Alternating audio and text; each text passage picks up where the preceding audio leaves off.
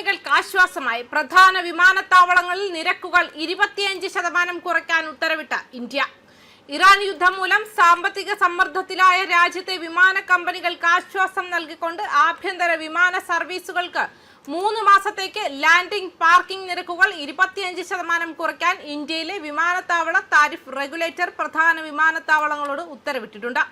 വിമാനത്താവളങ്ങൾ ഈടാക്കുന്ന ചില ഫീസുകൾ യുക്തിസഹമാക്കണമെന്ന് ഇൻഡിഗോയും എയർ ഇന്ത്യയും ആവശ്യപ്പെട്ടതിനെ തുടർന്നാണ് ചാർജുകൾ കുറയ്ക്കാനുള്ള നീക്കം. ഇറാൻ യുദ്ധത്തിൽ രാജ്യത്തെ 2 വലിയ വിമാന കമ്പനികൾ ഇരട്ടി പ്രഹരം നേരിടുന്നുണ്ട്.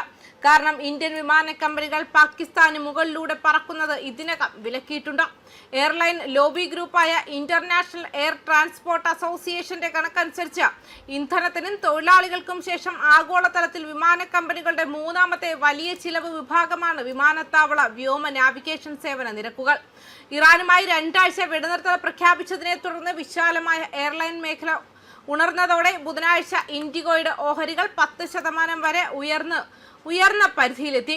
സർക്കാരിന്റെ നിർദ്ദേശപ്രകാരം പ്രവർത്തിക്കുന്ന airport economic regulatory authority of India ചാർജുകളിലെ താൽക്കാലിക കുറവ് ഉടനടി ബാധകമാകുമെന്നും ഭാവിയിലെ താരിഫ് അവലോകനങ്ങളിൽ വരുമാനത്തിൽ കുറവുണ്ടെങ്കിൽ അത് പരിഹരിക്കുമെന്നും അറിയിച്ചിട്ടുണ്ട്. എന്നാൽ അമേരിക്കയും ഇറാനും തമ്മിലുള്ള 2 ആഴ്ചത്തെ വെടിനിർത്തൽ വ്യോമയാന വ്യവസായത്തിന് ഗുണകരമാണെന്ന് തോന്നുമെങ്കിലും ജെറ്റ് ഇന്ധനവിലയും വിമാന നിരക്കുകളും കുറച്ചുകാലത്തേക്ക് ഉയർന്ന നിലയിൽ തുടരുമെന്ന് ആഗോള എയർലൈൻ ബോഡിയുടെ തലവൻ വില്ലി വാൾഷ് പറഞ്ഞു. 2 ആഴ്ച പോലും പോസിറ്റീവാണ്, കാരണം എണ്ണയുടെ തിരിച്ചുവരവ് നമുക്ക് കാണാൻ കഴിയും.